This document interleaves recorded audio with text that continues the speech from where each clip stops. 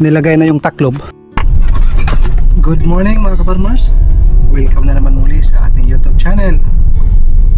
Ngayong araw na ito, sila Kuya Niknik at saka yung aking brother, sila yung nandoon sa ating triangle house. Gumagawa na sila.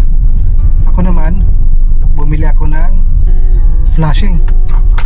Ito, nakikita nyo sa aking likuran, 12 piraso, 250 bawat isa. Ang bawat haba niyan is 8 feet mga ka-farmers. Yan yung ilalagay sa dulo ng ating bubong para maganda at hindi mababasa yung mga kahoy. Sa araw na ito marami tayong lalakarin, kaya pagdating ko sa bahay, silip dito sa farm kasi pupunta tayo ng Tacloban. Pa-follow up namin yung sa uwa at saka sa migrant worker, yung in-apply ko na pera na makukuha. Maganda na lang yun, pang dagdag sa ating puhunan dito sa farm. Kahit 20,000, ayos na yun, mabili ng baboy, di ba?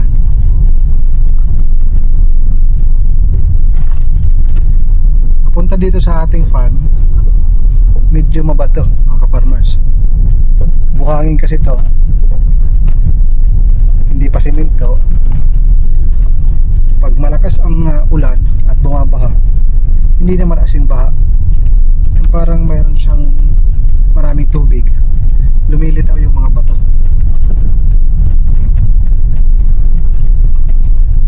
Minsan-minsan ko lang gamitin yung aking sasakyan papunta dito sa loob. Kadalasan yung pangragid ni Papa, yun ang aming ginagamit papunta dito sa loob.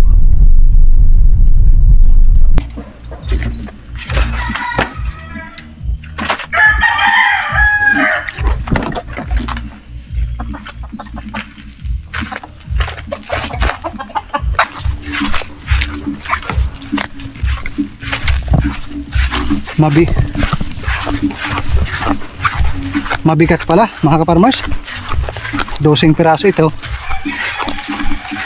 Sana mailagay na yan.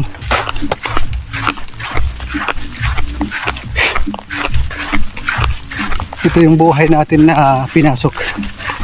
Iniwan natin yung buhay na palaging naka-aircon, kaso hindi tayo nasisikatan ng araw. Papasok ng umaga, lalabas ng gabi. Masyado nang nakakaboring yung mga buhay na yung mga ka-farmers. Yung mga plano ko dito sa Pilipinas hindi ko magawa, kaya ito nagtitiis at ini-enjoy ko yung pagod. At least walang stress masyado.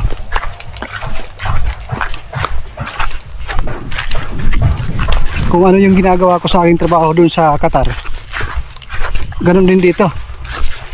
Kailangan ko masipag ako dun, dito doble sipag din. Nilagay na yung taklob, kaso si Kuya JR pinapagpahinga, pinapainom ng tubig, ayaw eh. Yung dalawa eh nakarelax na. Basta ka na lutiyo. ayaw magpahinga. Tama na, naman yung tubig. Ito yung flashing, 12 piraso. Dito yan ilalagay, tatlo kabilaan at doon sa likuran. Nagdalan na. Nagdalan na oh. Kabilaan nilagyan nila ng hagdan. Okay na yung taklob sa itaas. Ang titirahin nila ngayon is yung flashing. Uwi muna ako dahil meron tayong lalakarin. Kadayan ako? Sige. Yan mga ka-farmers, yung dalawa, yung pagpipiling pupunuin nila ng lupa dahil bukas yung final. Matagayan na. Mag-flooring.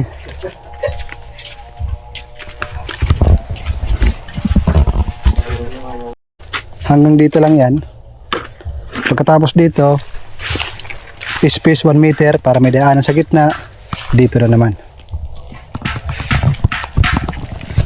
Iwan ko muna sila. Check na lang natin pagbalik natin mamayang hapon. Ito mga ka-farmers, hakot na naman tayo ng simento dahil mag-flooring na. Nagkaroon ng tubig dito sa aming daanan dahil sa walang tigil na ulan.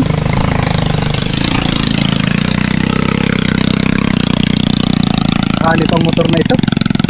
Talagang kayod kalabaw pa. Ano dito? Muna ba yan ito? Kalay! Eh, paano kayo ba mahulog? Kakahugang naman ito. Pesos. Dito kasi medyo malalim. Mayroon ditong mahabang tulay. Ito. Haba, no?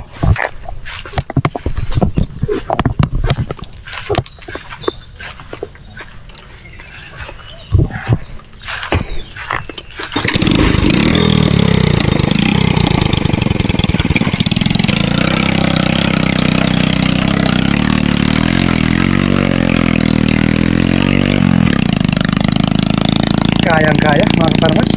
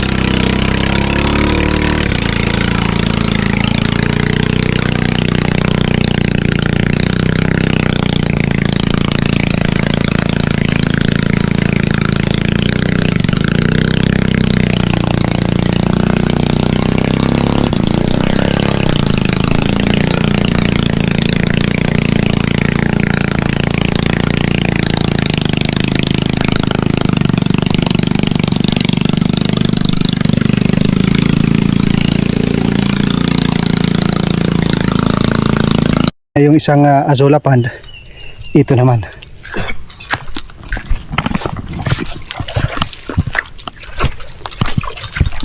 Kahapon, hindi na ako nakabisita dito dahil nga gabi na nang umuwi ako. Ito yung kanilang ginawa kahapon mga farmers. Aga pa, meron ng yelo. May hangover ata. Nakakapagod pero tuloy pa rin ang laban. Ayan mga farmers, maganda ng tingnan.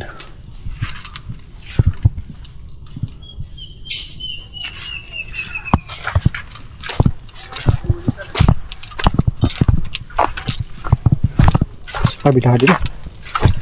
Ganun din ilalak na lang ito, hindi pa nalalak. Ito yung gagawin ngayon, yung pag-flooring para malagyan ng upuan at talamisa. Kahit hindi masyadong finishing, ang importante maglalagay tayo ng kuryente. Nagpunta kami kahapon, kailangan ng seminar at saka electrical plan. Share ko sa inyo yung ating mga requirements na ipa-file. Yan sabi ko sa magagawa, yung taas lang muna yung merong dingding. Sa baba kahit open lang muna, okay lang yan mga ka-farmers para lagusan ng hangin. Ang importante sa taas may natutulugan at yung mga gamit natin ang importante nandoon sa sirado na part.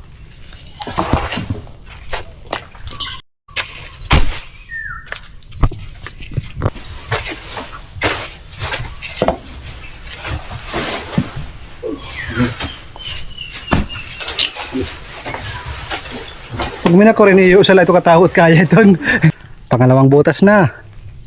Ililipat itong coconut dwarf. Kasama yan, malilipat yan. Kasi hanggang dito yan.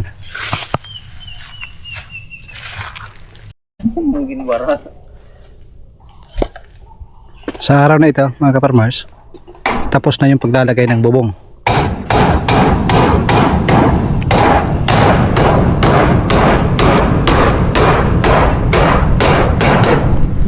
nailagay na rin yung flashing.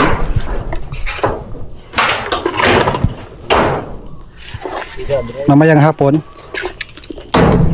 flooring yung gagawin. Kabilaan yung trabaho. May gumagawa ng azulapan, gumagawa ng triangle house.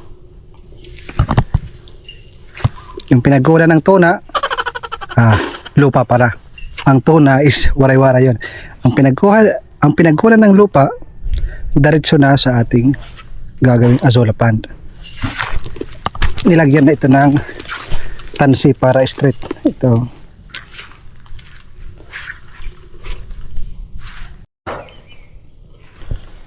Uwi muna ako mga kaparmers. Sila muna yung bahala.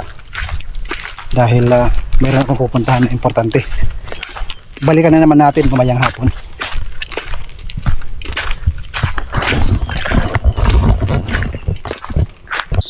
Hapon na mga kaparmers nang ako'y makabalik, pero dali-dali ako pumunta dito para silipin yung natapos.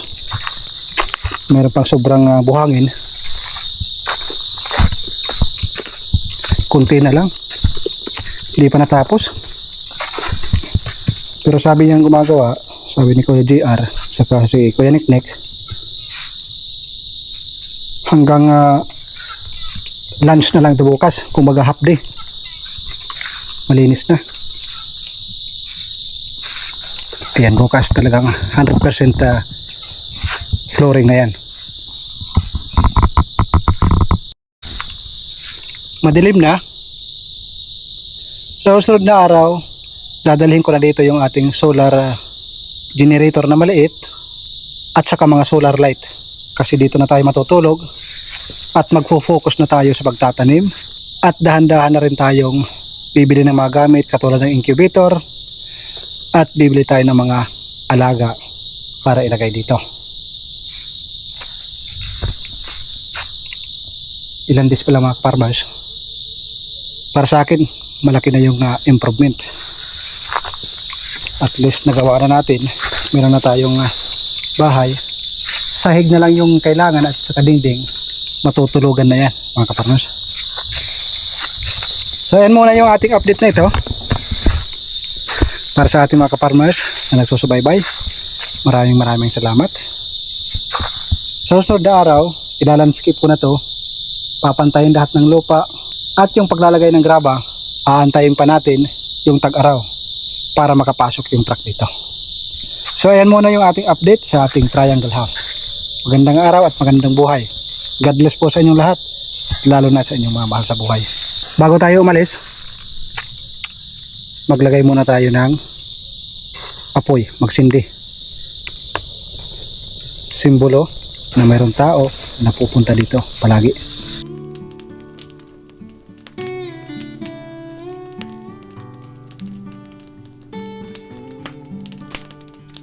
Ito yung gusto kong buhay. Sa susunod, dito na tayo nakatira. Mag-harvest tayo ng mga preskong gulay. Para sa akin kasi masaya dito mga kaparmers. Tahimik.